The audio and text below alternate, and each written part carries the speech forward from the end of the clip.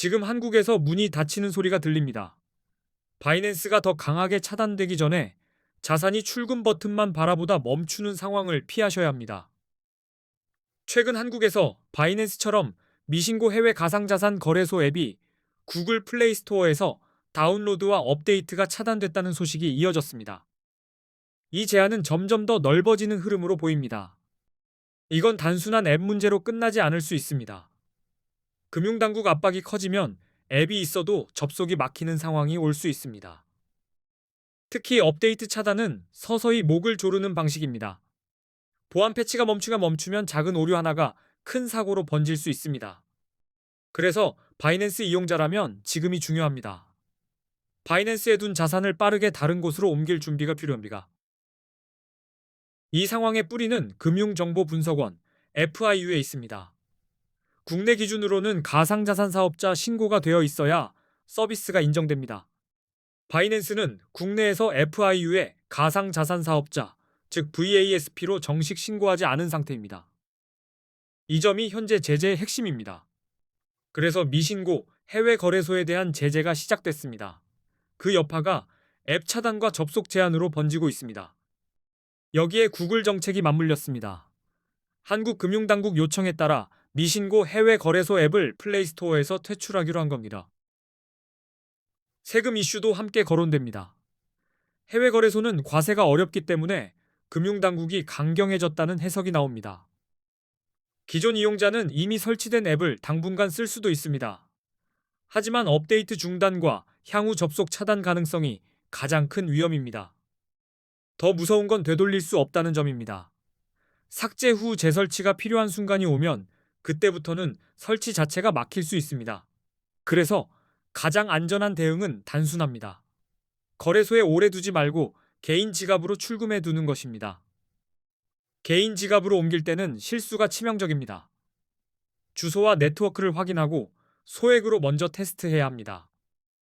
다른 거래소로 옮기는 방법도 있습니다. 중요한 건 막히기 전에 지금 가능한 시점에 움직이는 것입니다. 신규 이용자는 상황이 더 빡빡합니다. 앱 설치와 웹 접속 모두 제한될 가능성이 있어 진입 자체가 막힐 수 있습니다. 우회 방법으로 VPN을 떠올릴 수 있습니다. 하지만 보안과 법적 리스크를 함께 감수해야 합니다. 국내 거래소로 이동하는 선택도 있습니다. 다만 레버리지 제한과 수수료, 세금 이슈로 선물 단타에는 비추천입니다. 이번 사태 이후 한국인들이 이동하는 거래소는 점점 좁혀지고 있습니다. 그 후보들을 기준별로 비교해 봤습니다. 비교 기준은 현실적인 요소들입니다. 수수료 200배 레버리지, 원화 입금, 한글 지원, 가입 혜택 여부입니다. 그 5개 거래소 정보는 영상 고정 댓글에 정리되어 있습니다. 이동 예정이라면 먼저 확인하면 실수를 줄일 수 있습니다. 이제 코인 선물 단타 이야기로 넘어갑니다. 수익 기회만큼 위험도 빠르기 때문에 기준부터 세웁니다. 선물은 현물과 다릅니다. 가격 움직임에 베팅하는 계약으로 롱과 숏이 모두 가능합니다. 레버리지가 들어오면 체감 속도가 달라집니다. 수익보다 청산이 먼저 다가올 수 있다는 점을 기억해야 합니다. 선물 화면에서 초보자가 가장 먼저 봐야 할 건 청산 가격입니다. 청산이 가까우면 작은 흔들림에도 끝날 수 있습니다. 손절은 패배가 아니라 안전장치입니다. 청산 전에 스스로 내려오는 습관이 생존력을 높입니다. 단타에서는 수수료 체감이 큽니다. 잦은 매매보다 확실한 자리만 노리는 게 유리합니다. 큰 흐름을 먼저 보는 게 도움이 됩니다. 4시간 봉으로 방향을 잡고 단기봉으로 타이밍을 보세요. 단타는 기다림의 예술입니다. 진입보다 참는 순간이 더 어렵기 때문에 신호 확인이 중요합니다. 롱 포지션은 가격 상승에 베팅하는 방식입니다. 비트코인이 오를 거라 예상할 때 매수로 들어갑니다. 숏 포지션은 가격 하락에 베팅합니다. 하락장에서 서서 자산을 지키는 중요한 기술이 됩니다. 암호화폐는 변동성이 큽니다.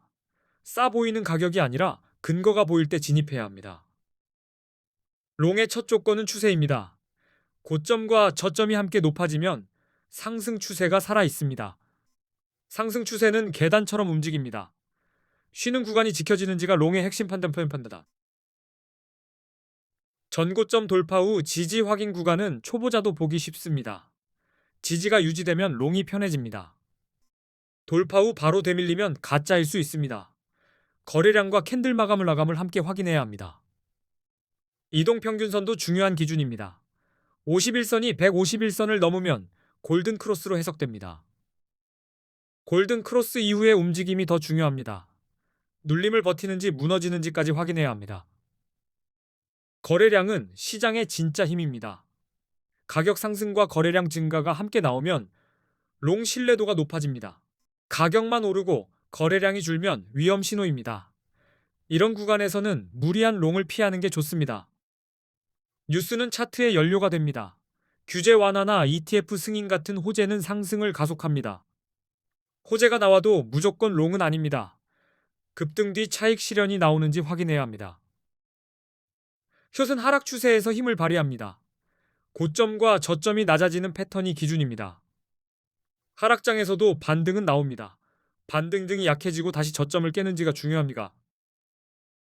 하락장에서는 저항이 더 명확합니다. 깨진 지지가 저항으로 작용하면 숏이 안정적입니다. 이동평균선의 데드크로스도 하락 신호입니다. 51선이 151선 아래로 내려가는 구간입니다.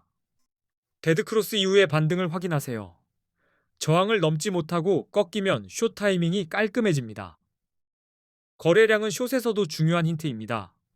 상승 중 거래량이 줄면 하락 가능성이 커집니다. 급락과 함께 거래량이 폭발하면 패닉셀이 나옵니다. 숏은 추격보다 구조 붕괴를 노리는 게 낫습니다. 부정적인 뉴스는 하락을 가속합니다.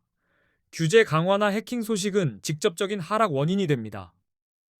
악재 뉴스일수록 냉정해야 합니다. 지지 붕괴와 실제 거래량을 확인해야 합니다. 숏에서는 급반등이 가장 큰 함정입니다. 반등의 힘이 진짜인지 지표로 구분해야 합니다. 보조 지표는 마지막 필터입니다. RSI, MACD, 볼린저 밴드는 추세와 변동성을 선명하게 보여줍니다. RSI는 과매수와 과매도를 판단합니다. 70 이상은 숏, 30 이하는 롱을 고려할 수 있습니다. RSI는 숫자보다 흐름이 중요합니다. 가격과 지표의 힘 차이를 함께 보세요. MACD는 추세의 추진력을 보여줍니다.